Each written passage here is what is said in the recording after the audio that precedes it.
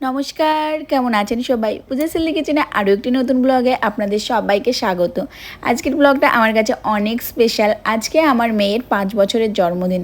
দেখতে দেখতে কবে যে 5 বছর হয়ে গেল, এই তো কদিন আগেই সেই ছোট্ট একটা সানা কোল আলো করে আমার কোলে আসলো। আজ তার 5 বছরের জন্মদিন।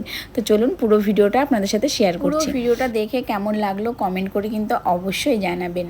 তো সকালবেলায় ওর বাবার সাথে বাজারে গিয়েছিল, কারণ আজকে সকালবেলায় অনেক কাজ আছে, আমার সমস্ত দায়িত্বই নিজের হাতে। সকালবেলায় ওর বাবার সাথে গিয়ে ওর বাবা ওকে গিফট করে একটা নেকলেস। জন্মদিনের পার্টিটা ছিল দুপুরবেলায়, যদিও তেমন খুব একটা বেশি নেমন্তন্ন ছিল না, ওই কয়েকটা বন্ধু বান্ধবীদের বলা হয়েছিল।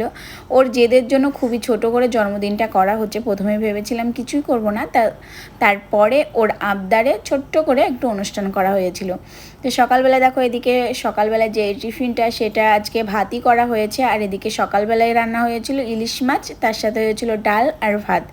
সকাল সকাল সব কিছু শুরু করা হয়েছে। তারপরে আমি গিয়েছিলাম বাজারে, কিছু কেনাকাটার বাকি ছিল, সেগুলো কিনে আনতে একটু দেরি হয়ে গেল। বাড়িতে এসে দেখছি এখানে ডেকোরেশনের যেই কাজটা সেটা কমপ্লিট হয়ে গেছে, খুব সুন্দর লাগছে।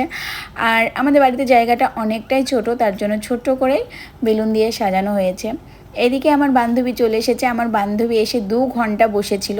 আমি সাজানোর জন্য ওকে বলেছিলাম, ওর হাতের কাজ অনেক ভালো, অনেক সুন্দর লাগে ওর কাজটা, তাছাড়া ও সাজিয়ে দেয়। তো সানা সকাল সকাল এদিকে স্নান দান করে রেডি হয়ে গেছে। আর এই ড্রেসটা আমি ওকে গিফট করেছি। সকালবেলায় এই ড্রেসটা পরে কিছু ফটোশ্যুট হবে। তো সানা চলে গেছে ছাদে, মেকআপ টেকআপ করেও চলে গেছে। খুবই হালকা মেকআপ যদিও করা হয়েছে, কারণ খুবই ছোট ও এখন, জেদ ধরেছিল একটু সাজবে, তার জন্য একদম সিম্পল মেকআপ করে ওকে সাজিয়ে দেওয়া হয়েছে। আজকে তো দুপুরবেলায় খাওয়া দাওয়া, তার জন্য সকাল সকাল রান্নাটা শুরু করে দেওয়া হয়েছে। আর রান্নাটা হচ্ছিল আমাদের গ্যারেজে, পিসি রান্না করছিল আমার।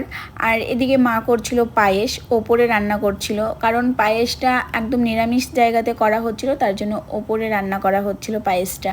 আর এদিকে ওরিওকে ভাই পরিষ্কার করে দিচ্ছে। আমি আজকে এতটাই ব্যস্ত ছিলাম যে ওর দিকে ঠিকঠাক খেয়ালও রাখতে পারিনি।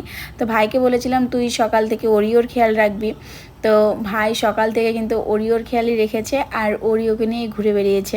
এদিকে সানা সেকেন্ডবার রেডি হয়ে গেছে। প্রথমবার যে গ্রাউন্ডটা পরেছিল সেটা পরে কয়েকটা ছবি তুলেছিল, আর এই ড্রেসটা ওকে গিফট করেছে ওর পিসি। অনেক সুন্দর ড্রেসটা, আমার তো ভীষণই ভালো লেগেছে, ওরও ভীষণ ভালো লেগেছে।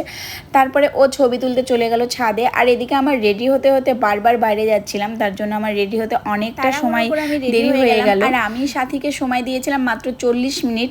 আমি তো লাস্টে বলছিলাম এখন মেকআপটা করতে হবে না, কারণ মেকআপটা করাতে হবে না, শুধু চুলটাই বেঁধে দে। মানে এত কাজের চাপ ছিল, বারবার সবাই ডাকছিল, তো রাগ করে আমি বলছিলাম মেকআপ করবো না। তো যাই হোক বললো 5 মিনিট সময় দেয় আমাকে, আমি ভালোভাবে তাকে সাজিয়ে দিচ্ছি। তো সত্যি বলছি, তাড়াহুড়ো করে এত সুন্দরভাবে সাজিয়ে দিয়েছে, আমার সাজটা কিন্তু ভীষণ পছন্দ হয়েছে। আর এদিকে দুপুরবেলায় ওকে যে আশীর্বাদ করা হবে সেইগুলো সমস্ত কিছু রেডি করে দিয়েছে আমার সেজো যা। আর আমি ওই টাইমটায় সাজুগুজু করছিলাম, তার জন্য বাইরে আসতে পারিনি। তো খুব সুন্দরভাবেই ওকে সমস্ত কিছু সাজিয়ে গুজিয়ে দিয়েছে। তারপরে এক এক করে আশীর্বাদ করলো। তো ফার্স্টে আমার মা আশীর্বাদ করলো। তো আমি ভেবেছিলাম ও ঠাকুমা আসবে, আসলে আমার শ্বশুরমশাই এতটাই অসুস্থ আর অনেক বয়স হয়ে গেছে, তার জন্য আমার শাশুড়ি আসতে পারেনি। তাছাড়া আমাদের বাড়ির ভেতরে বর্তমানে এখন সব থেকে বড় হচ্ছে আমার মা। তো বড় থেকে আশীর্বাদটা শুরু করা হলো। ফার্স্টে আমার মা আশীর্বাদ করলো, তারপরে বাবা আশীর্বাদ করেছে, তারপরে ওর বাবা আশীর্বাদ করলো। আর ওর বাবা আশীর্বাদ করে একটা নেকলেস দিয়েছে, যেটা সকালবেলায় পরেছিল, তারপরে খুলে রেখেছিল। যে ড্রেসগুলো ও পরেছিল তার সাথে নেকলেসটা একদমই মানাচ্ছিল না। দিয়ে ওর বাবা যখন আশীর্বাদ করলো তো বললো নেকলেসটা দাও, আমি আরেকবার পরিয়ে দিই। তো নেকলেসটা দিয়ে আবার পরিয়ে দিল। আর সত্যি কথা বলতে আমারও একটা শখ ছিল যে আমি মেয়েকে কিছু একটা গয়না টয়না দিয়ে আশীর্বাদ করব।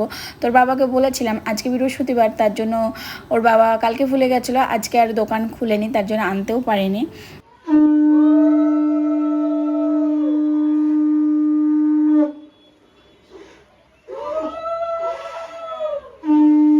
এবার প্রদীপের তাপ একটু দিয়ে দাও।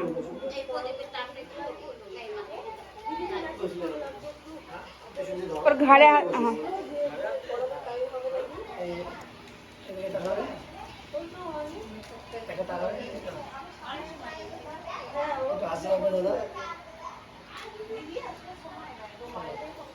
দুপুরবেলায় আশীর্বাদের পর তারপরে খাওয়া দাওয়া ছিল, আর দুপুরবেলা নিমন্ত্রণ ছিল, তার জন্য আমি ভীষণই ব্যস্ত ছিলাম। দুপুর থেকে কোনো ভিডিও করা হয়নি, তো খাওয়া দাওয়ার ওইদিকে প্রচণ্ড ভিড় হয়ে গেছিলো, আর আমি ওই দিকটাতেই ব্যস্ত ছিলাম। তারপরে দেখো সন্ধ্যা সন্ধ্যা লাগার দিকে সোমাদিরা আসে, আর এদিকে যত গিফট পেয়েছে সানা তো এক্ষুনি খুলে খুলে দেখছে।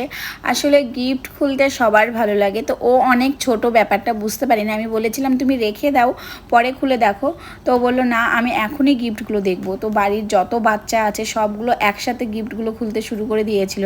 গিফট পেয়ে তো ভীষণই খুশি। তারপরে সন্ধ্যার দিকে কেক কাটা শুরু করা হয়। আসলে মানে দুপুরবেলা এতটাই ভিড় ছিল, তো আমিও এদিকে আসতে পারিনি, আর খাওয়া দাওয়ার ওই দিকটা একটু ব্যস্ত ছিলাম, তার জন্য দুপুরবেলায় কেকটা কাটা হয়নি। ভাবলাম একদম সন্ধ্যার দিকে কেকটা কাটাবো, সবাই একদম ফ্রি হয়ে যাবে। তারপরে করেছিলাম দুটো ড্রেস, প্রথমে যেই গ্রাউন্ডটা পরেছিল সেটা, আর এই যে কেক কাটার সময় যে 3 পিসটা পরেছে সেটা। তো ওড়নাটা ও কোথায় রেখেছে খুঁজে খুঁজে পেল না। প্রথমে তো একটু কান্না করেছিল, তারপরে যখন অনেক খুঁজেও পাওয়া গেল না, তারপরে চুপ করে গেল।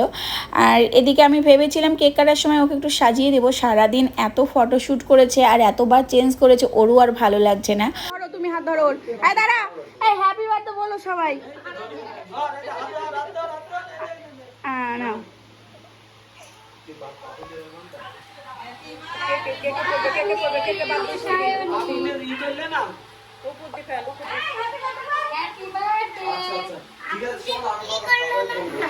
দাঁড়াও, তারপরে কেক টেক কাটা হলো, তারপরে সবাইকে খাইয়ে দিল। আর কেক কাটার সময় আমি ভাবলাম ওকে একটু ভালোভাবে সাজিয়ে দিব, তো ও আর সাজতে চাইলো না, কারণ বারবার এতবার চেঞ্জ করা হয়েছে, ও অনেকবার ফটোশ্যুটের জন্য চেঞ্জ করেছে, ওর আর ভালো লাগছিল না। তো তার জন্য লাস্টের বেলায় আরও সাজুগুজু করেনি, জাস্ট একটা মাথায় একটা হেয়ার ব্যান্ড দিয়েছিল। তাও আমি বললাম যে চুলটা ঠিক করে দিই, ও বলল না আমার এতেই ভালো লাগছে। তারপরে কেকটা কেটে ও সবাইকে খাইয়ে দিল, মানে ওখানে ছিল ওর ভাই বোনু সবাই ছিল, ওর বাবা ছিল।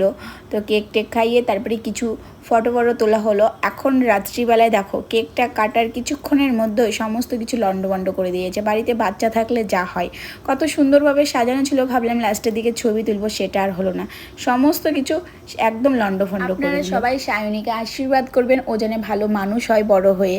তো আজকের ভিডিওটা এতদূর পর্যন্ত কেমন লাগলো কমেন্ট করে কিন্তু অবশ্যই জানাবেন। তো চলুন সবাইকে টাটা বাই বাই, সবাই ভালো থাকবেন, সুস্থ থাকবেন, দেখা হচ্ছে পরের ব্লগে।